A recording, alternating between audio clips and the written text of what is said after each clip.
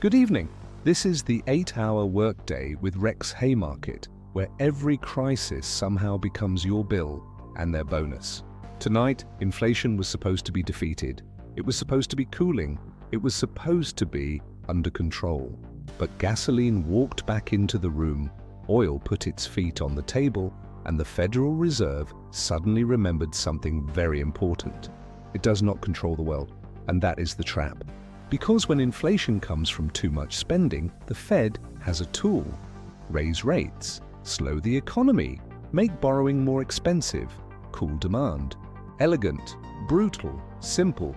But when inflation comes from oil, war, shipping, diesel, insurance, supply chains, and fear, the Fed still has the same tool, a hammer, and unfortunately, you are standing very close to the nail. This is not just another inflation story. We have done inflation stories. You have lived inflation stories. This is a story about what happens when inflation becomes the excuse for everything else to stay expensive. All of it gets pulled into the same machine, and the machine has a name: monetary policy, which is a very clean phrase for a very dirty process. Consumer confidence can tick up. The stock market can have a good day. Some economists can tell you the economy is resilient. But then people drive past a gas station and suddenly the whole story changes, because gas is not just a price. Gas is a signal. It is one of the only prices in America displayed on giant glowing signs like "The economy is mocking you" from the roadside. You can ignore the Fed minutes or some economists saying core services X housing remains sticky, because frankly, most people have self-respect.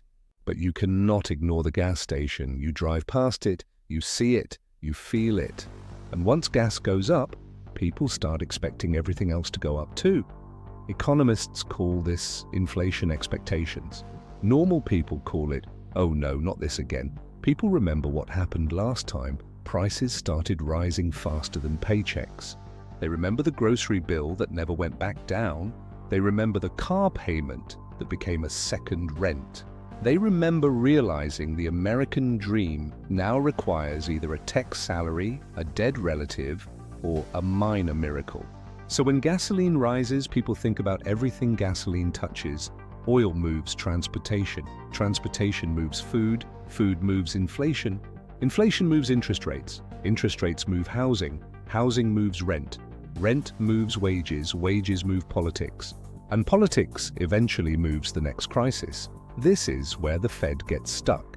The Federal Reserve wants inflation around 2%. That is the target.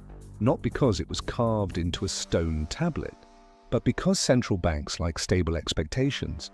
They want you to believe prices will rise slowly and predictably. Because if everyone believes inflation is coming, workers demand higher wages and businesses raise prices in advance. And then the fear of inflation starts doing inflation's work for it. That is why expectations matter. And that is why an oil shock is so dangerous, because the Fed can raise interest rates, but the Fed cannot drill oil. The Fed cannot reopen a shipping lane. It cannot make diesel cheaper by issuing a strongly worded statement from a marble building. It can only make money more expensive, so the Fed has two bad choices. Choice 1, cut rates anyway. That helps borrowers. It may help housing. It may also tell everyone the Fed is willing to tolerate inflation. Choice 2, keep rates high. That protects credibility, but it also keeps mortgages, credit cards, and car loans expensive. That is the trap. Cut too soon, inflation psychology returns. Stay tight too long, the economy suffocates under the cost of money. This is the part hidden behind polite financial language. When the Fed holds rates high, it is not just punishing Wall Street. Wall Street can adjust. They can expense the lunch. High rates hit normal life. A family trying to buy a house gets a mortgage quote that looks like a hostage note. A renter cannot buy, so they stay renting. A small business wants to expand, but the loan does not pencil out. A restaurant needs a new cooler, and the financing costs more than the compressor.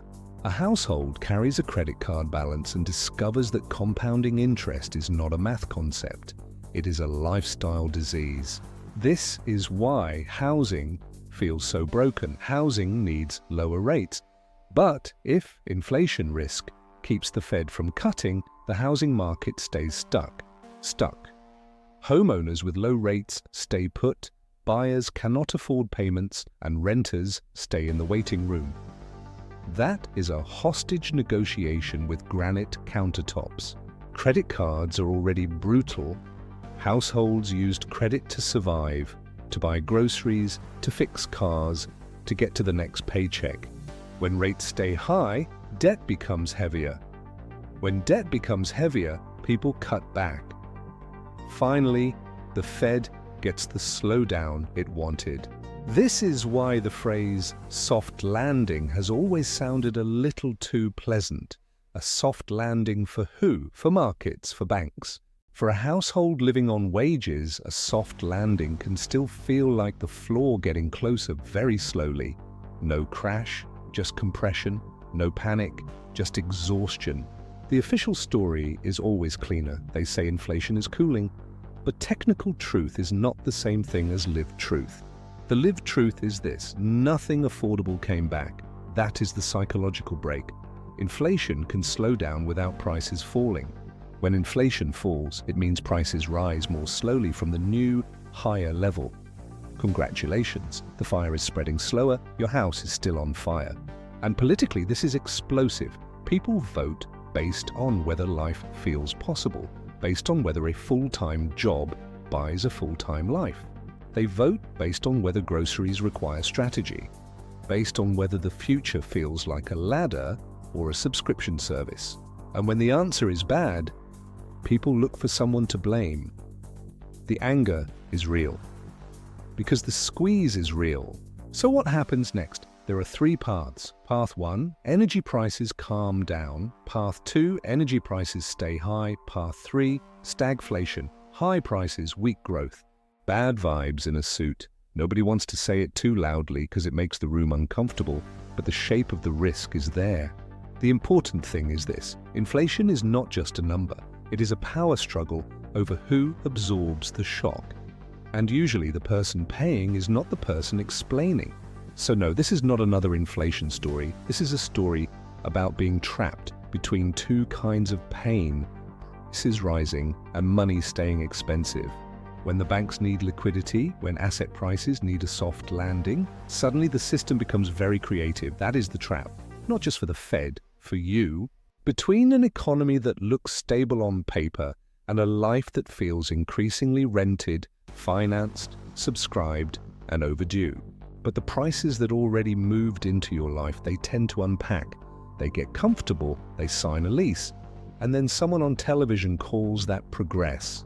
Good night, mind the static, mind the spin, and mind who profits when the only cure for inflation is making your life more expensive.